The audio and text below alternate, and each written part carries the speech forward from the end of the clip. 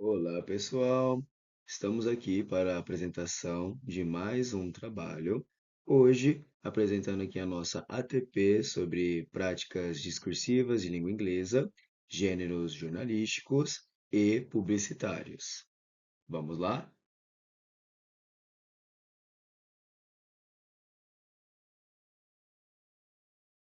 Para iniciar esse trabalho, vamos bater aqui um papinho bem rápido sobre o inglês.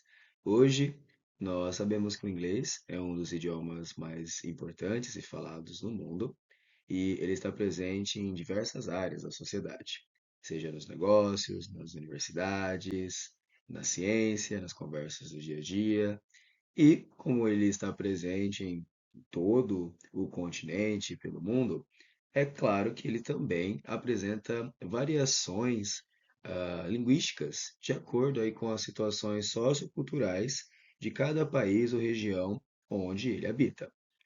E por isso, vamos falar aqui sobre quatro tipos. Primeiro, vamos pensar aqui a respeito das variações quanto aos sotaques e os vocabulários que podem ser diferentes entre os falantes e nativos. Um exemplo para entendermos essa variação está aqui no uso da palavra water. Nós temos a pronúncia water no inglês britânico e a pronúncia water para o inglês americano. Percebe? Aqui existe uma diferença no som e na pronúncia da letra R com a letra T. E encontramos esse tipo de variação em diversas outras palavras, sotaques e expressões, não somente entre esses países, mas outros também anglofalantes. E para esse tipo de variação, nós chamamos de variação diatópica. Além disso, é importante também lembrarmos das situações comunicativas que envolvem formalidade e informalidade. E é claro que com ela e seus contextos, o uso do inglês e suas variações também pode mudar bastante. Pensamos aqui na seguinte frase exemplo. Olha só. Our company have the honor to announce the next projects to 2026. Aqui nós temos uma situação de formalidade, com palavras rebuscadas e vocabulário seguindo uma ótima gramática. Agora, vamos ouvir a segunda frase exemplo. Olha só. Hey, what's up, mate? Aqui temos uma situação de informalidade. Percebem? Nas duas a mensagem foi repassada e transmitida, porém, é claro que de acordo com situações e lugares, nós estaremos utilizando um jogo de palavras e léxicos, assim como expressões e pronúncias, totalmente diferentes para se adequar àquela situação comunicativa. E para esse tipo de variação, nós chamamos de variação diafásica. Por fim, também é importante aqui finalizarmos e falarmos sobre a última variação, que é aquela que é causada pelas mudanças no tempo. Aqui a gente pode estar pensando a respeito das três fases do inglês, onde nós temos o Old English, o Middle English e o Modern English, o inglês atual que falamos, e as suas manifestações e transformações que a língua vem sofrendo ao decorrer do tempo, dentro aí da cronologia. E aí nessas manifestações, nós temos aí alterações de culturas, nós temos palavras e expressões que advêm de outras línguas, como a do francês, que influenciou e muito a língua inglesa, né? E também algumas mudanças gramaticais que podem acontecer em épocas diferentes e também de um país para o outro, como a palavra theater, ou theater, que temos aqui para os Estados Unidos, escritas de um jeito, por exemplo, e Feather, escrita e pronunciada também de um jeito diferente para os britânicos, como no exemplo. E esse tipo de variação nós chamamos de variação diacrônica. É claro que para aprofundar e melhor exemplificar esses quatro tipos de variações que acabamos de conhecer, deixamos anexado essa tabela contendo aqui variações lexicais, morfológicas e gramaticais entre esses quatro países, e também um vídeo interessantíssimo, que é uma entrevista com falantes americanos, britânicos, canadenses e australianos compartilhando as mesmas palavras e descobrindo as suas diferenças em questão de léxico e também de gramática. É um vídeo muito interessante e, claro, não deixem de assistir, vale muito, muito a pena. Agora vamos fazer um link aqui, e comentar um pouco a respeito sobre os textos multimodais. Os textos multimodais são gêneros da comunicação, que usam várias formas de expressões para transmitir mensagens, ideias e também ações persuasivas. Eles são muito comuns hoje, no nosso momento contemporâneo e totalmente tecnológico, porque eles têm como principal característica aí o hibridismo e também aí uma grande mescla de designs que podem envolver aí linguagens verbais e não verbais, como imagens, textos, vídeos, sons, muitas cores, expressões locais, jargões e outros recursos midiáticos. Todos eles organizados de forma dinâmica para poder trabalhar e transmitir a mensagem final para o seu público ou algum tipo de consumidor.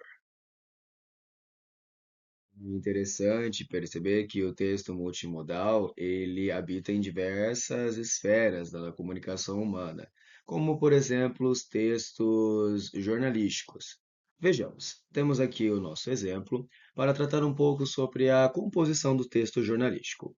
É comum no texto jornalístico, nós sabemos que eles tenham um caráter mais informativo, uma linguagem que seja clara, objetiva, segura e que eles sempre procuram manter aí um tom de imparcialidade e utilizar da voz ativa. Dentro desses textos, como podemos ver também aqui no exemplo, é comum que a notícia seja tratada dentro do esquema de pirâmide. O que seria isso? O esquema de pirâmide, ele é uma técnica utilizada dentro aí da esfera jornalística para tratar aí da notícia de uma forma chamativa para o leitor e público. Ou seja, ali nos primeiros parágrafos nós vamos ter o lead, que geralmente ele vai responder ali as perguntas principais e norteadoras, como o que, quem, quando, onde, por quê. Também vamos ter o título e subtítulo, geralmente escrito com letras muito chamativas e curtas, e também muitas vezes com um certo tom de sensacionalismo. Tudo isso para poder prender ali a atenção do leitor e as demais informações, elas vão sendo afuniladas, elas vão sendo descritas no decorrer do corpo do texto e da notícia. É claro que, além dos textos jornalísticos, também temos os textos multimodais dentro da esfera publicitária, onde sabemos que a esfera publicitária trabalha muito aí com o design e com o hibridismo e o dinamismo de ideias, né? Sabemos que é comum que nesses textos a linguagem ela seja mais informal, ela seja imperativa, persuasiva e que ela procure conquistar o leitor dentro aí de um conceito de ideias, de um tipo de serviço ou tipo de produto.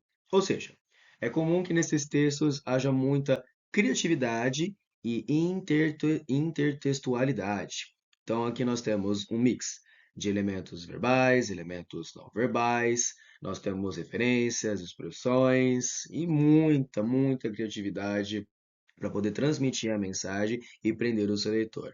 Um exemplo aqui bem interessante que deixamos é essa propaganda, né, essa propaganda da Coca-Cola de 1950, que seguia todo ali o padrão estético da época, mas que ainda assim chamava a atenção do seu público para comprar o refrigerante. Até hoje, então, 2025, ainda muito famoso e muito consumido. Ainda dentro da esfera publicitária, é interessante também observar as características do texto multimodal dentro aí dos avisos e anúncios sobre as wildfires. As wildfires, elas são um problema muito recorrente em países como os Estados Unidos, Austrália, até mesmo Canadá, e elas são conhecidas aqui no Brasil como as nossas queimadas. elas trazem aí questões socioambientais para a população local, e por isso é comum que hajam campanhas, anúncios, folders, infográficos para informar a população e ajudar na prevenção aí contra qualquer tipo de dano com esses incidentes, as wildfires. Então, veja só, deixamos aqui alguns exemplos. É interessante que dentro do texto multimodal, o design ele é sempre muito privilegiado. Nós temos a linguagem verbal, não verbal. Então aqui a gente pode observar que nós temos cores muito chamativas, como vermelho, amarelo, títulos escritos de forma grande e chamativa, como Are you ready? Temos informações em um texto verbal, de uma forma bem clara, dividida em tópicos, explicando sobre evacuação e alguns cuidados para evitar e lidar também com as wildfires, né?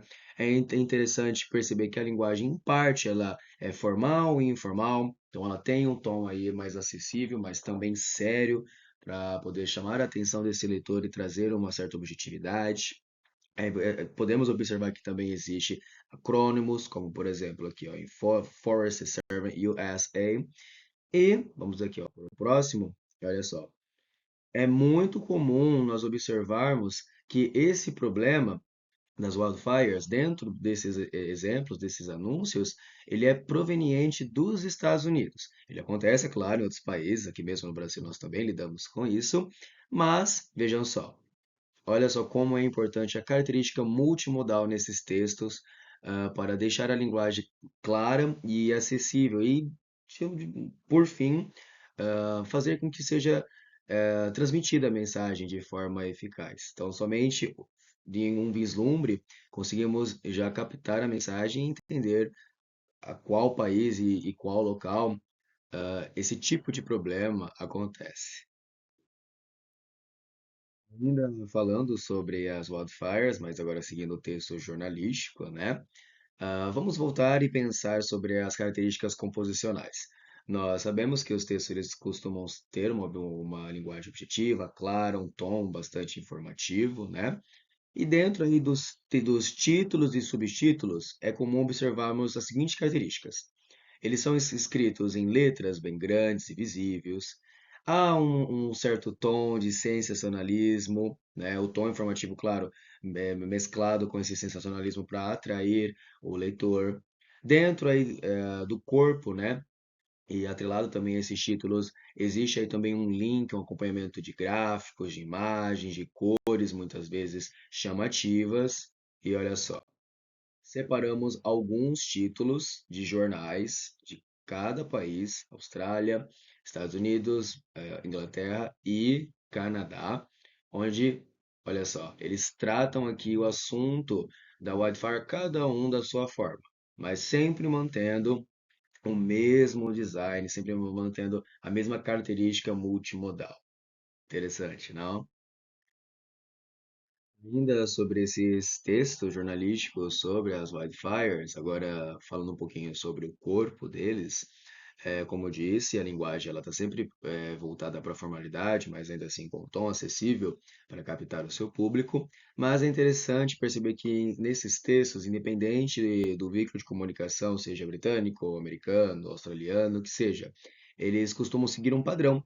Olha só, dentro aqui do corpo e do lead, nós temos o lead lá seguindo aquelas perguntas norteadoras.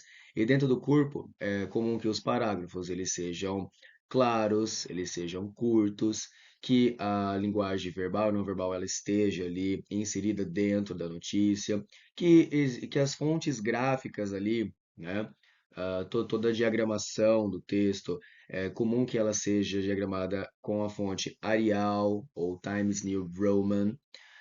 É interessante perceber que os jornais se preocupam em propagar aí a sua marca, então é comum que eles tenham siglas e alguns símbolos, né? Sempre vinculados ali à notícia, como no caso aqui da BBC, né?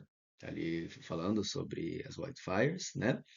E todos esses elementos, todos os aspectos aí multimodais, como vimos para finalizar, eles contribuem aí para melhor envolver o leitor, deixar a notícia cada vez mais atual, dinâmica, mas ainda assim presente, e também objetiva. E Por fim, garantem aí que a mensagem seja distribuída para o seu público final. Para concluir, é interessante perceber aqui que a variação linguística do inglês é um dos pontos mais interessantes quando falamos e pensamos a respeito de identidade cultural, porque mesmo que ela exista em diferentes países, Canadá, Estados Unidos, Índia, que seja, todas essas diferenças lexicais, gramaticais, morfológicas, elas compõem um grande todo, enriquecem o inglês e permitem que as pessoas transmitam cultura, que elas transmitem ou possam compartilhar conhecimentos, experiências e vivências, né? É interessante dizer que, ainda mais nesse momento digital, procurar entender e conhecer um pouco mais sobre a variação linguística e também o texto multimodal, que é totalmente ligado aí à questão da variação linguística, se faz muito importante, porque através do texto multimodal e também do estudo da variação linguística, nós podemos cada vez mais entender e ter mais clareza e acessibilidade quanto à mensagem, independente do contexto ou país a qual estamos, né? E por fim, fica claro também que esses aspectos multimodais, atrelados aí à variação linguística, eles acompanham as transformações da comunicação humana, uma vez que sabemos que a língua ela é livre e está sujeita a essas modificações, né? Então, independente do contexto e das nossas necessidades, tanto os textos multimodais como a variação aí da língua inglesa, elas conseguem tocar diversas comunidades e diversas áreas, seja na fé, na economia, na saúde e na educação. E, mais uma vez, conseguimos aí garantir a nossa maior riqueza, que é a comunicação humana.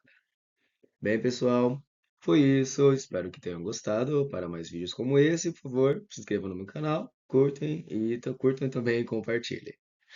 Até mais!